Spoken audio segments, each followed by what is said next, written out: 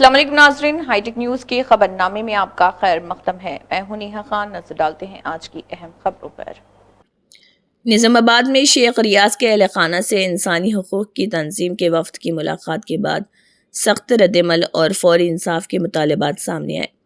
अब्दुल मुकीद चंदा की क़यादत में अब्दुल वहाब ह्यूमन राइट्स जद्दोजहद कमेटी के रियासती सदर अब्दुल वहाब, मुजाहिद बशीर, जावेद कुरैशी, फ़हीम कुरैशी और दीगर अहदेदारों ने शेख रियाज के मकान पहुंचकर लवाहिकीन से मुलाकात की। वफ्द ने कांस्टेबल प्रमोद के कत्ल पर गहरे रंज गम का इजहार करते हुए अफसोस जाहिर किया। साथ ही पुलिस की जानिब से रियाज के अहल खाना खसूसन ख़वातीन व बच्चों पर मुबैना तशद्दुद की सख्त अल्फाज में मज़म्मत की।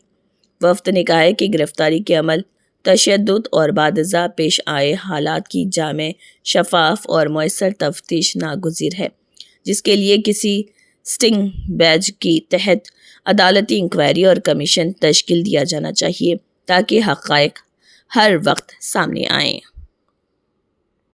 आज जो है बेहतरीन इक़दाम जो ये सोसाइटी जो आकर रियाज के बच्चों की जो है कफालत के लिए, तालीम के लिए और रियाज की जो है वालदा की गम में बराबर शरीक होने के लिए, उनके अहलिया की जो है गम में शरीक होने के लिए जो ये सोसाइटी आई है, वैसे ही सोसाइटियों को आगे आना चाहिए।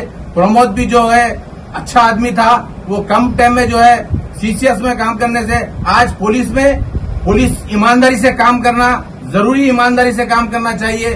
वो पुलिस वाले जो रिश्वतखोर पुलिस वाले हैं, वो रिश्वतखोर पुलिस वालों को आज बाहर आना चाहिए। मैं यहाँ की हुकूमत से एक ही डिमांड करना चाह रहा हूँ, क्योंकि होम मिनिस्टर भी यहाँ के चीफ मिनिस्टर के पास है। आए दिन तेलंगाना में ये वाकयात होते जा रहे हैं। किसी को जो है हक है बराबर, अदालत को बंद कर दीजिए। आप जो है जजेस को जो है खामोश बिठा दीजिए, क्योंकि इंसाफ करना था।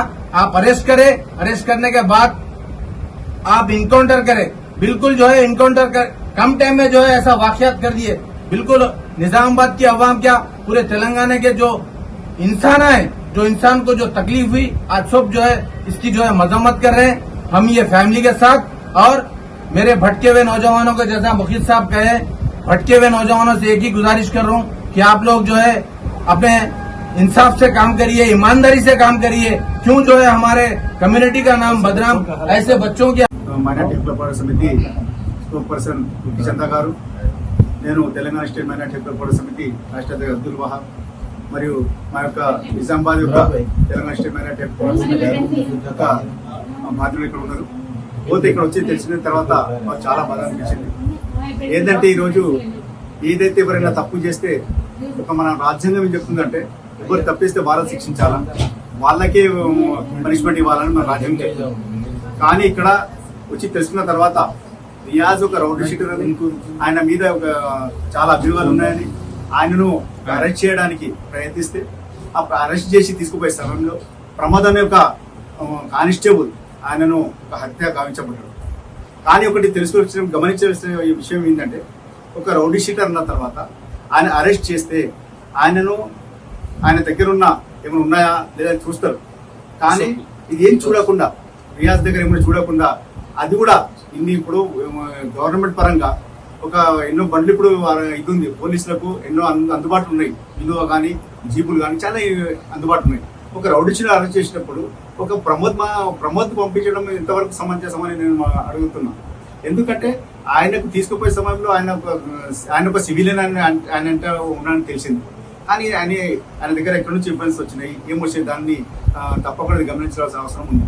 ఏదైతే రియాజ్ను పట్టుకునే సమయంలో వీళ్ళ ఫ్యామిలీని, చిన్న పిల్లలను అక్కడ తీసుకెళ్లి చాలా ఇబ్బంది పెట్టడము, వాళ్ళని కొట్టడము, వాళ్ళ కళ్ళను మిరపపొడి ఇవ్వడము, వాళ్ళను కాళ్ళు బట్టి మీరికి లేపడము, ఇవన్నీ చేశారంటే ఇది ఎక్కడ మన సమాజం పోతుంది. అంటే నేను చరిత్రలో కానీ ఎక్కడ ఒక రౌడీ షీటర్ కానీ, ఒక గుండా కానీ, ఒక దోషి కానీ ఇక్కడ ఇదైతే ఆయన పట్టుకోవడానికి ఇటువంటి చిత్రహింసలు పెట్టలేదు, ఎక్కడ చూడలేదు.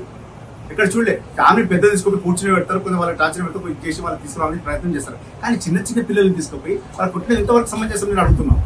రేవంత్ రెడ్డి గారిని సూటిగా అడుగుతున్నా, ఎందుకంటే ముఖ్యమంత్రి గారు మీరే, ఈరోజు హోమ్ మినిస్టర్ గారు మీరే. ఈరోజు ఒక అమ్మ లాంటి ఒక అమ్మను, ఒక చెల్లెలను ఈరోజు చిత్రహింసలు చేయడము, వాళ్ళను ప్రైవేట్ పార్ట్స్ లో ఇది మిప్పొడి ఇవ్వడము, వాళ్ళ కళ్ళ మిప్పొడి ఇవ్వడము, వాళ్ళ కొట్టడము ఎంతవరకు సమంజసం అడుగుతున్నాం.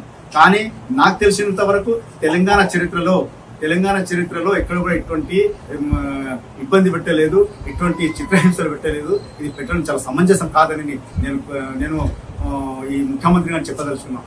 ఎందుకంటే మీరు ఏదైతే పనిష్మెంట్ ఇవ్వాలనుకుంటే మీరు ఫస్ట్ ట్రాక్ కోర్టు పెట్టి ఆ రియాజ్ను మీరు చట్టపరంగా మీరు శిక్షించిన అవసరం ఉండే. దాన్ని వద్దనము కూడా.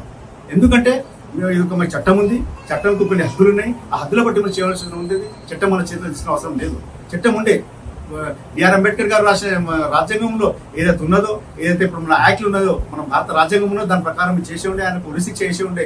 లేకపోతే ఒకవేళ కోర్టు తీర్పిస్తే మీరు నడి బజార్లు షూట్ చేసి ఉండే, దాన్ని మేము చేస్తుండే.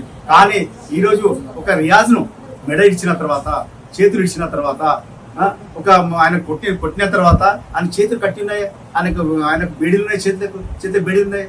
ఎట్లా ఆయన గన్ను లేపగలుగుతాడు? ఇది మీ అనుమానాలు ఉన్నాయి కనుక. ఎందుకంటే మేము పోలీస్ డిపార్ట్మెంట్ గౌరవిస్తాం, మేము చట్టాన్ని గౌరవిస్తాం, మేము చట్టంలోని మాట్లాడతాం.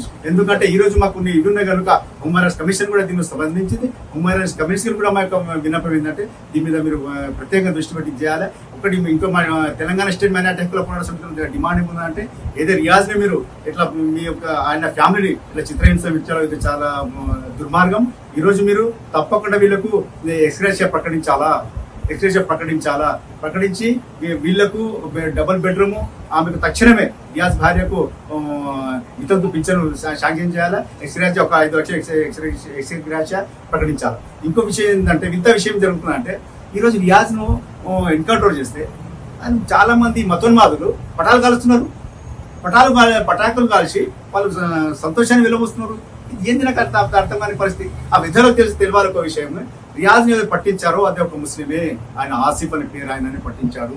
తన ప్రాణాలు త్యాగం చేసి ఆయన ప్రాణం తీసుకొచ్చి ఆయన కత్తుతో రియాజ్ ఇచ్చేస్తుంటే కూడా ఆయనను పట్టి తన ప్రాణాన్ని పణంగా పెట్టి రియాజ్ పట్టి ఈరోజు చట్టానికి ఇచ్చాడు. ఆ ముస్లిం అని తెలుసుకోవాలి. ఈ యొక్క ఇస్లాం కానీ ఈ ముస్లింలు కానీ చట్టాన్ని గౌరవిస్తుంది, చట్టాన్ని అవలంబిస్తుంది కనుక ముందు కూడా ఇటువంటి కాకుండా తప్పకుండా ఇప్పుడు ఆసిఫ్ కూడా ఉన్నాడు. ఆసిఫ్ కూడా 50,000 ఇచ్చారే, 50,000 కాదు 5 లక్షల రూపాయలు ఆసిఫ్ ఇవ్వాలా. గవర్నమెంట్ తరఫున 5 లక్షలు ఇచ్చి ఆయనకు ఒక గవర్నమెంట్ ఉద్యోగం ఇవ్వాలని మేము డిమాండ్ చేస్తున్నాము. ముందు ఇటువంటి బూటక వెనుకట్లు ఆపకపోతే, దౌర్జన్యం ఆపకపోతే తెలంగాణ స్టేట్ మైనారిటీ హక్కుల పోరాట సమితి రాష్ట్రం మొత్తం కూడా మేము ధర్నాలు, మేము రస్తారోకలు చేసి మీకు దిగ్భ్రాంతి చేసి మీకు దిగచర్యలు చేస్తామని మేము కోరుతున్నాము. దీని యొక్క జరుగుతున్న సంఘటనను తెలంగాణ ముస్లింలు గౌరవిస్తారని మేము కోరుతున్నాము.